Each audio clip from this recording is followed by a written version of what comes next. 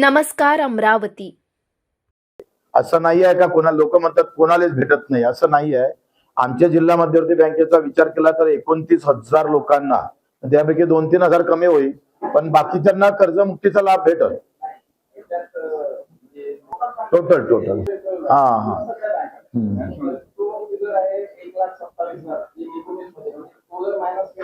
नाही, लक्षात घ्या, हा फिगर तेव्हाचा नाही आहे, हा 1996 पासूनचा आहे. थकीत कर्जदाराचा फिगर आहे. माझ्याकडे जे आकडेवारी आहे ते 1996 पासून तर आतापर्यंत जे थकीत कर्जदार आहे ना ते 59,000 आहे. म्हणजे आमचा एकूण खातेदार आहे 1,40,000पर्यंत. त्याच्यापैकी 59,000 म्हणजे 70,000 अर्धे खातेदार आता थकीत आहे आणि ते 1996 पासूनच आहे. म्हणूनच तर मी म्हणतो का 1996 ते 2026 पर्यंत सगळ्या खातेदाराचा नील करून टाका. एकदा हनुमानजीच्या नावानं योजना करा. जय बजरंगबली, जय श्रीराम. होती ना मागणी. कसं आहे, लोकांना काय वाटते ही कर्जमाफी बच्चू कडूनच जाहीर केली बा. आता जाहीर केली मुख्यमंत्र्यांनी, मी कशी जाहीर केली?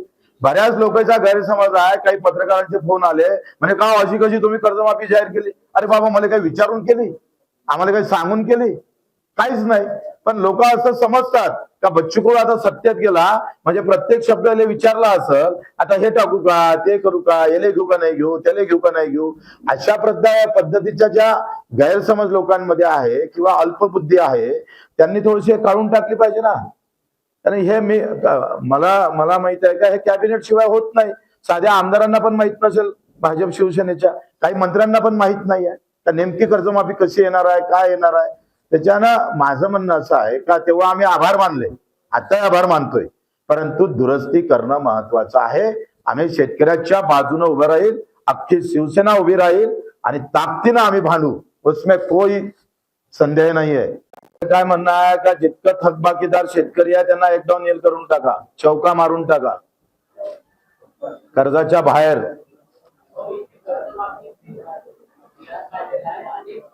आहे ते प्रत्येकाला स्वातंत्र्य आहे. त्यांनी होळी कराव का, त्यांनी पूजा कराव का, त्याची मिरवणूक काढाव, हा आपला विषय आहे. तर त्यांनी ते करावं. त्याच्याबद्दल मला असं वाटतं का आम्ही यापासून पळवट काढले नाही. हम ठाम है, बिलकुल ताकदीनं उभं राहू शेतकऱ्याच्या बाजूनं. कोई पीछे आने वाले नहीं है हम. बिलकुल. आता अधिवेशनात काय उत्तर भेटते ते पाहू. अधिवेशनात जर उत्तर भेटलं नाही, जून महिन्यात अधिवेशन आहे आणि एवढं मोठं शस्त्र अस्त्र शिंदे साहेबांनी आम्हाला दिलं, त्याचा वापर बच्चू कडू पुरा करेल. आर पारची लढाई सभागृहात लढत, त्या भिंती हादरून टाकू सभागृहातल्या, त्या ताकदीनं आम्ही लढू आणि ते झालं नाही तर पण रस्त्यावर उतरू. आणि त्यानंतर पुन्हा सातत्यानं आम्ही टेंबा आंदोलन, रक्तदान शिबिर, मंत्र्यांच्या घरासमोर घेराव आंदोलन आणि त्यानंतर 7 दिवस मोजरीचं उपोषण झालं.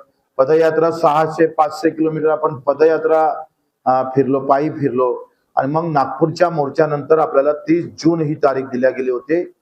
एक सातत्यानं 350 सभा 70,000 किलोमीटरच्या प्रवासानंतर आपण पाहतो नाही म्हणणाऱ्या सरकारनं हो म्हणणं सुरू केलं आणि निवड होच म्हटलं नाही तर आम्ही राजूजी शेट्टी, नवले साहेब, तुमचे वामनरावजी चटप, तुपकर आणि महादेवराव जानकर हे सगळे लोक एकत्रित होऊन त्यांनी ते 30 जूनची तारीख दिलेली होती आणि त्या 30 जूनच्या तारखेमध्ये आम्हाला आश्वासन दिलं होतं की आपण कर्जमुक्ती करू. पण खरं तर हा सगळ्या शेतकऱ्यांच्या कार्यकर्त्याच्या लढ्यामुळे ते शक्य झालं. 2029 ला कदाचित ते कर्जमाफी न भेटणारी आम्ही ते मिळवून दिले लोकांना, शेतकऱ्यांना. आणि अशा अवस्थेत ही कर्जमाफी जाहीर केल्यानंतर काही चर्चा समाज माध्यमातून, मीडियातून आम्हाला पाहायला भेटल्या. त्यातल्या काही त्रुट्या निश्चित आहे. मी पहिले तर देवाभाऊचं, खास करून एकनाथजी शिंदे साहेबांचं, अजितदादा जरी नसले पण त्यांचं पण आभार ऋण व्यक्त करतो आणि त्यांना धन्यवाद पण देतो. एकाएक स्वागत करत असताना काही गोष्टी फार महत्वाच्या आहे. काय झालं का महात्मा ज्योतिबा फुले ही कर्जमुक्ती योजना जी आहे त्यामध्ये 15 ते 19 वाला जो शेतकरी आहे तो तिथे घेतला होता. पण 2015 ते 2019 पर्यंत म्हणजे एकूण आपण पाहतो का महात्मा ज्योतिबा फुले मध्ये फक्त 4 वर्षाचे शेतकरी लाभार्थी घेतले होते, 4 वर्षाचे. शिवाजी महाराज मध्ये 7 वर्षाचे घेतले आणि आता पुण्यश्लोक अहिल्यादेवी होळकरांच्या नावानं जी काही योजना आहे हे 6 वर्षाची आहे. महात्मा फुले ही 4 वर्षाची होती, 15 आणि 19 पर्यंत. याच्यात काय झालं का नेमकं ओटीएस केलं नाही. काय झालंय का 2 लाख पर्यंतच कर्ज माफ केलं आणि 2 लाखाच्या वर ते 1 रुपया जरी असेल तर ते माफ होणार नाही. ओटीएस नसल्यामुळे काय झालं का ते अडचण आली आणि ज्याच्याकडे 1.5 लाख 2.5 लाख होते, ज्याच्याकडे 3 लाख होते, तो 1 लाख भरून 2 लाख माफ झाले असते. ते महात्मा ज्योतिबा फुले नसल्यामुळं तो कर्जबाराची संख्या आहे लाभार्थ्याची ती तशीच राहिली, कारण तिथं काही ओटीएसचा चान्सच नव्हता.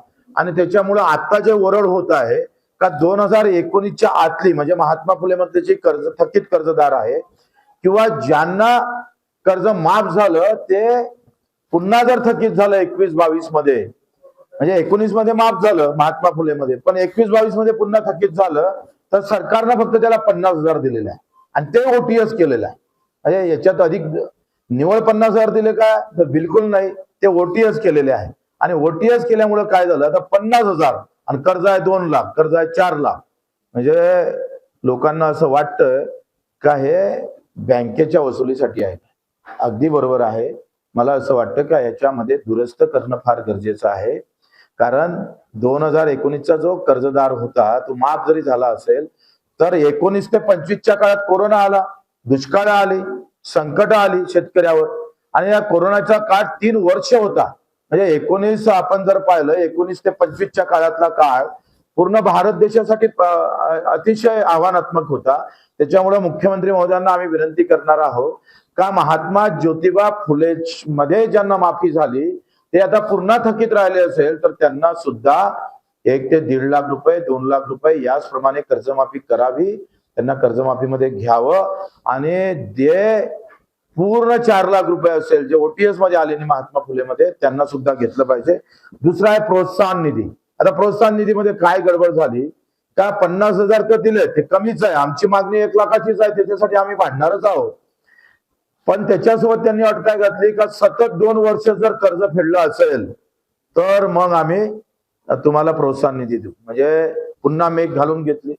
आता सतत 2 वर्ष फेडल्यावर जर प्रोत्साहन निधी देत असाल तर अर्धे शेतकरी पुन्हा बिचारे त्याच्यापासून त्या प्रोत्साहन योजनेपासून दूर जाणार आहे. म्हणून कुठल्याही अट प्रोत्साहन निधीमध्ये ठेवणे जो जर आता जर आज जर तो नील आहे, आज जो तो रेग्युलर कर्जदार आहे त्याला ते प्रोत्साहन निधी भेटला पाहिजे. तो 50,000 नाही तर तो 1 लाख भेटला पाहिजे, कारण कर्ज भरणाऱ्याच्याच मुळावर जर येत असेल, तो प्रामाणिकपणे कर्ज भरत असेल, इकून तिकून गहाण आणून लोकांचं उसने आणून जर तो कर्ज परतफेड करत असेल तर त्याच्यासोबत वाईट होता कामा नये. मी तर समोर जाऊन पलीकडे मागणी करतो आहे का आता तर 1 लाख रुपये तुम्ही द्याच, पण दरवर्षी जेपर्यंत आम्हाला हमी भाव भेटत नाही, आमच्या शेतीमालाला जेपर्यंत हमी भाव भेटत नाही, हमी भावात पूर्ण खरेदी होत नाही, तोपर्यंत जो रेग्युलर कर्जदार आहे त्याला 50,000 दरवर्षी त्याला आम्ही पाहतो योजना दिली पाहिजे. 15 ते 20 ते 25,000पर्यंत आपण त्याला दिलं पाहिजे. जशी आपण व्याज माफी देतो त्याला मुद्दल मध्ये सुद्धा सरकार आम्ही मागणी करतो आहे.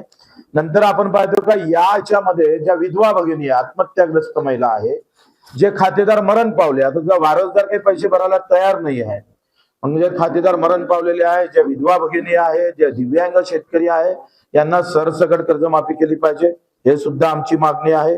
दुसरं काय झालं, शिवाजी महाराज आणि महात्मा ज्योतिबा फुले, मी माझ्या बँकेचा अभ्यास जर केला तर शिवाजी महाराज आणि महात्मा ज्योतिबा फुले मध्ये जे पात्र शेतकरी आहे, जे पात्र आहे त्यांना सुद्धा पैसे दिले नाही. मग देवेंद्र फडणवीस साहेबांचं सरकार होतं, नंतर उद्धव साहेबांचं सरकार आलं. फडणवीस साहेबांनी शिवाजी महाराजांची योजना नावानं योजना सुरू केली, उद्धव साहेबांनी महात्मा ज्योतिबा फुलेंच्या नावानं योजना सुरू केली.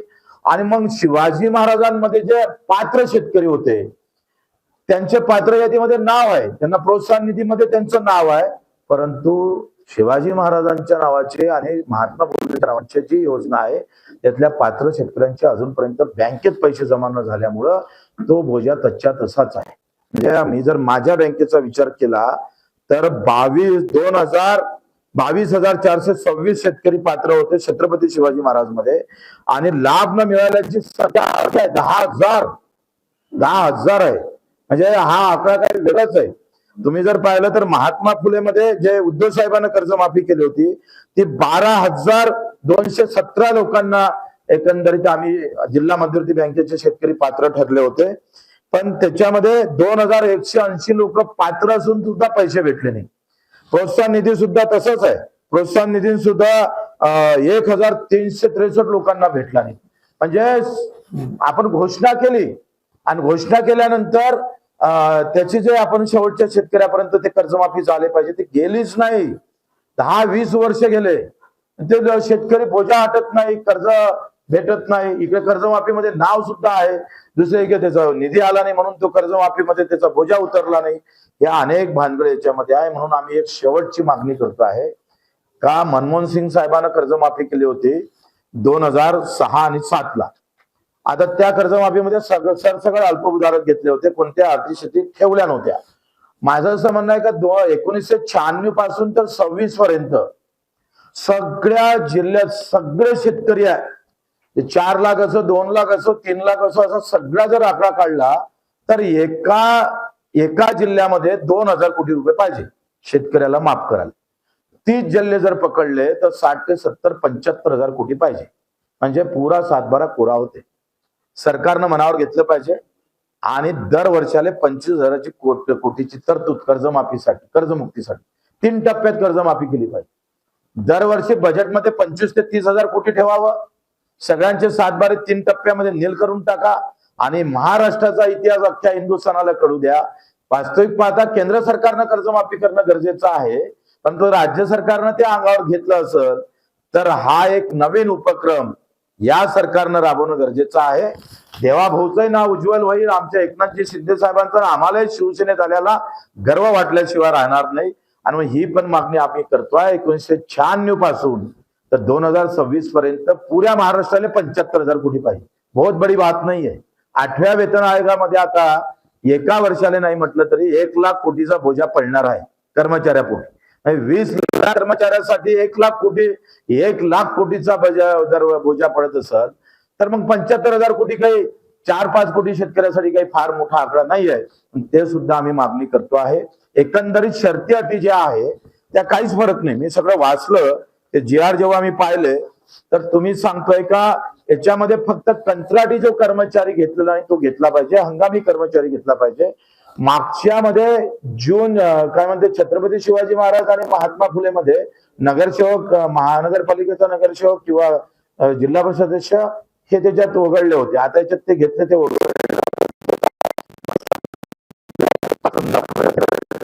पण सगळ्या सेम टू काही फरक नाही. थोडक्यात करताना